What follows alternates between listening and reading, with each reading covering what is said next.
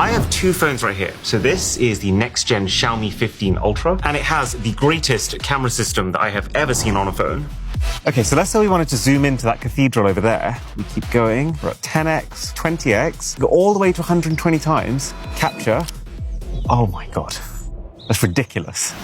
Then this is the company's even more bonkers, never before seen or covered Future phone that, let's just say, isn't even close to anything I've used before. This thing is so precious that someone has actually flown all the way from China to hand deliver the thing. So, let's find out what makes this crazy and then what makes this even crazier. So this is how the 15 Ultra comes presented. Pretty classic Xiaomi style insert on top, which has a SIM ejector, a USB-C cable, manuals, and then a hard shell clear case. And that is it. Even though this is a full-size box, there's still no charger. Probably because the phone's camera alone takes up half the space. Man, I'm butchering this peel. Okay, there we go. Wow, this looks incredible. Now, there is lots to like and dislike about this phone, but there's only one thing that I want to show you with it. One thing that I do think is an absolute game changer, and that is this.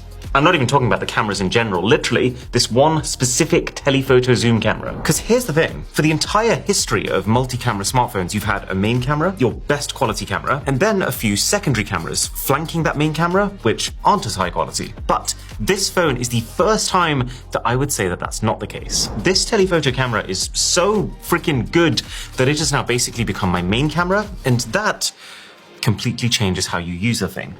So the first place that you're going to notice this zoom camera in action is, well, it's when you're zooming into things. For a very long time, Samsung has kind of set the benchmark for long-range zoom photography. And if we take a look at their latest S25 Ultra, they achieved that with a 5 times optical zoom, 50 megapixel camera, which is great. But this special camera right here is a 4.3 times optical zoom camera, so actually a little less than Samsung, but it's 200 megapixel. And it's not just resolution, because as we know, resolution is not exactly the most reliable spec. It only takes a very quick look at the telephoto cameras on these two phones to see that the sensor on Xiaomi's is enormous. It's over 3 times the size of the one on the Samsung. That's the spec that matters. So let's say, for example, we want to zoom into some of the intricate brickwork on that window. Let's start with the Samsung, which, as you'd expect, looks really crisp up until about 30 times where it does break down. But let's keep going until 100 times zoom, take the shot, and that is not bad at all, considering how far away the thing is. Okay, so same thing on Xiaomi now. As we keep zooming in, the preview does look a little bit cleaner than it did on Sammy, but also not dramatically so.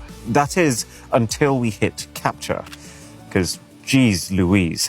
At this point, it is an absolute landslide win for Xiaomi. And that's partly because of this really high quality, high resolution zoom camera, but it is also partly because of AI processing. So when you zoom in past the 20 times mark on the Xiaomi, you will see this little AI indicator pop up. If that's yellow, it means that when you take the shot, it's going to comb through and essentially upgrade everything using its best estimation of what it thinks they look like. And this part of the equation, you might completely hate, because the more AI is involved in your photography, the more it begs that ever-present question of what actually is a photo. But I do think that it's quite tastefully integrated here. It feels so satisfying to see your blurry 120 times zoom photos suddenly transform after you've captured. The results can be weird, let's say 5% of the time, but then they are actually making the photo a lot better 95% of the time. The setting isn't hidden away inside some sort of clunky image editor. It's literally one click to turn on and off just before you capture. And also, even when it's turned off, this is still fundamentally the best zoom camera that I've ever used on a phone.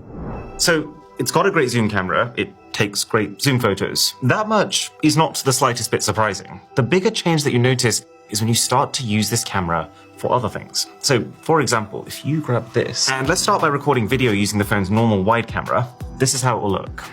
It's nice. The phone's got a top-of-the-line 1-inch sensor for this wide camera, but it still looks like phone footage. But now, flicking over to the phone's telephoto camera, it's a complete vibe change. It does have that professional camera look to it. And that's partly the fact that telephoto cameras just in general have more background blur, but it's combining that with this supersized sensor, which means that you both get even more of that separation because bigger sensors make more of it, but then also with basically zero hit to the quality of the footage, like you would have on just about any other phone in which the telephoto camera gets pretty shafted. This is like full quality 8K. Plus, you can film slow motion using this same lens, 4K 120 frames per second. And for a phone, this is as cinematic as it is